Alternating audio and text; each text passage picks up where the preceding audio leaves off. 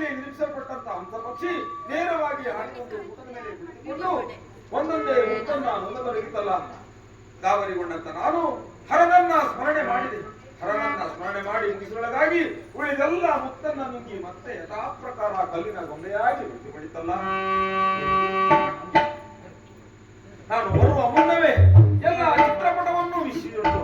ಆದರೆ ಆ ಹಿರಿಯ ಊಟದಲ್ಲಿ ಮುತ್ತಿನ ಹಾರ ಇರಲಿಲ್ಲ. ಮುತ್ತಿನ ಹಾರ ಎಲ್ಲಿಂದ ಬಂತು? ಯಾರದ್ದಿರಬಹುದು ಈ ಮುತ್ತಿನ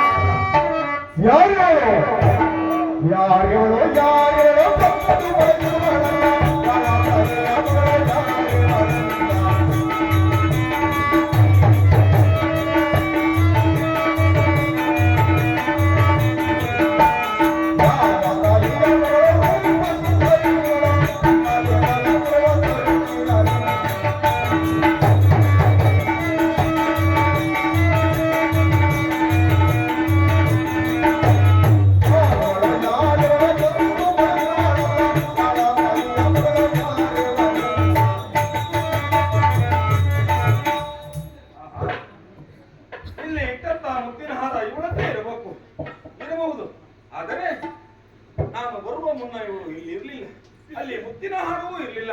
ಆದ್ರೆ ನೋಡುವುದಾದರೆ ಓರ್ವ ಹೆಣ್ಣು ನಾನು ಮಲಿಕೊಂಡಂತಹ ಮಂಚದ ಪಕ್ಕದಲ್ಲಿಯೇ ಒಂದು ಮಲಿಕೊಂಡಿದ್ದಾಳೆ. ನೋಡುವುದಕ್ಕೆ ಎಷ್ಟು ರೂಪ ಸುಂದರಿಯಾಗಿ ಕಾಣ್ತಾ ಇದ್ದಾಳೆ. ಅಷ್ಟೇ ಅಲ್ಲ ಸ್ವಾಮಿ, ನೋಡ್ತಾ ಇದ್ದೇನೆ ಅವಳ ಕಣ್ಣು ಉಪ್ಪನ್ನ ನೋಡುವಾಗ ಕಾಮನ ಬಿಲ್ಲಿನ ಹಾಗೆ ಕಾಣ್ತಾ ಉಂಟು. ಅಷ್ಟೇ ಅಲ್ಲ, ಅವಳ ಮೂಗನ್ನ ನೋಡ್ತಾ ಇದ್ದೇನೆ. ಮಾವಿನ ಮಿಡಿಯ ಯಾವ ರೀತಿ ಉಂಟು ಆ ರೀತಿಯಲ್ಲಿ ಕಾಣ್ತಾ ಉಂಟು. ಅಷ್ಟೇ ಅಲ್ಲ, ಅವಳ ತುಟಿ ನೋಡುವುದಾದರೆ ಬಂಡೆಯ ಹಣ್ಣಿನಂತೆ ಆಕಾರ ಕೃತಿಯಾಗಿ ಕಾಣ್ತಾ ಉಂಟು. ಏನೇ ಇರಲಿ, ಇವರ ರೂಪ ಲಾವಣ್ಯವನ್ನ ಹೊಗಳುವುದು ನಾನ್ಯಾಕೆ ಹೇಳಿದೆ ಅಂತಹದೆ ಇಂತಹ ಮಧ್ಯರಾತ್ರಿಯ ಸಂದರ್ಭದಲ್ಲಿ ಓರ್ವ ಹಣ್ಣು ಬಂದು ಮಲಗಿದ್ದಾಳೆ ಅಂತಾದ್ರೆ ಯಾವ ಗಂಡಸೂ ಸಹ ಬಿಡ್ಲಿಕ್ಕಿಲ್ಲ. ಆದ್ರೆ ನಾನು ಹಾಗಲ್ಲ. ಅವಳು ಮಲಗಲಿ ಅಲ್ಲಿಯೇ ಮಲಗಲು ಬಿಟ್ಟು ನಾನು ದೂರದಲ್ಲಿ ಮಲಗಿಕೊಳ್ತೇನಂತೆ. ಮುಂದೆ ನೋಡ್ತೇನೆ.